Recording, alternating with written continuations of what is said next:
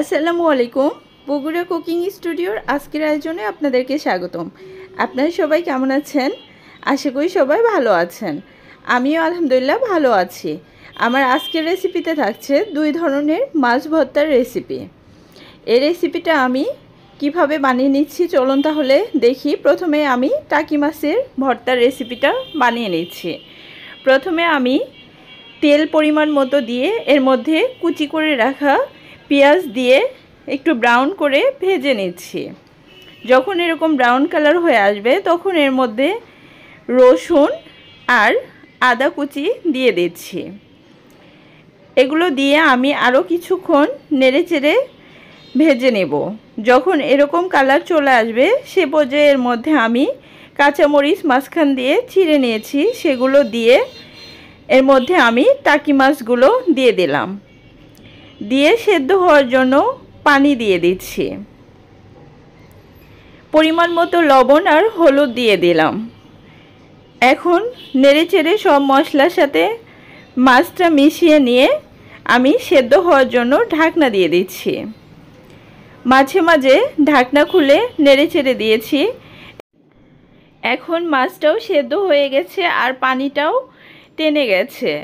এখন এই মাছ থেকে আমি কাঁটাটা আলাদা করে বেছে নিচ্ছে। আপনারা চাইলে মাছটা উঠিয়ে নিয়েও কাঁটাগুলো বেছে নিতে পারেন। এভাবে আমি মাঝখান থেকে কাঁটাগুলো উঠিয়ে নিচ্ছি। এখন এগুলো অনবরত নেড়েচেড়ে ভেজে নিতে হবে। এ পর্যায়ে চুলার জাল অবশ্যই মিডিয়াম লো হিটে রেখে ভেজে নিতে হবে। দেখতে পাবেন ভেজে নিতে নিতে একটা সময় এরকম কালার পরিবর্তন হয়ে আসবে।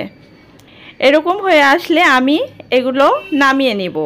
নামিয়ে ঠান্ডা করে নিয়ে আমি আরও ছোট ছোট যে কাঁটাগুলো ছিল সেগুলো আমি এর মধ্যে থেকে বেছে নিয়েছি। এখন আমি এগুলো শিলপাটায় এভাবে ভর্তা করে নিলাম। আপনারা চাইলে ব্লেন্ডারেও করে নিতে পারেন, তবে শিলপাটার এই ভর্তাগুলো খুবই মজা হয়। এখন এ পর্যায়ে এই ভর্তাটা আমার রেডি। এখন চলুন দেখে নিই আরও একটা ভর্তার রেসিপি। এই রেসিপিতে আমার থাকছে বড় মাছের ভর্তার রেসিপি। এর জন্য আমি এখানে পেঁয়াজ, রসুন আর কাঁচামরিচ সরিষার তেলের মধ্যে এভাবে ব্রাউন কালার করে ভেজে নিয়েছি।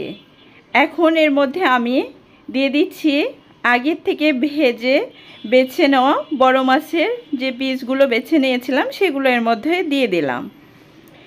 এই মাছগুলো দিয়ে আমি প্রায় আরও 7 থেকে 8 মিনিটের মতো ভেজে ভেজে রান্না করে নিব।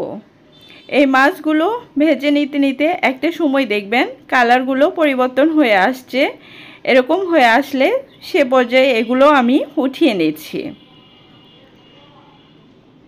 এগুলো আমি এখন ঠান্ডা করে নিয়েছি। এখন আমি শিলপাটায় দিয়ে ভর্তা করে নিচ্ছি। এই ভর্তার সময়ও আমার কিছুটা কাটা দেখা যাচ্ছে, সেগুলো আমি একটু উঠিয়ে নিচ্ছি। যারা মাছ খেতে পছন্দ করেন না তাদেরকেও যদি এভাবে ভর্তা বানিয়ে দেওয়া হয় তারাও খুব তৃপ্তি সহকারে ভাত খেতে পারবে এই ভর্তা দিয়ে। ধন্যবাদ আমার ভিডিওটি সম্পূর্ণ দেখার জন্য।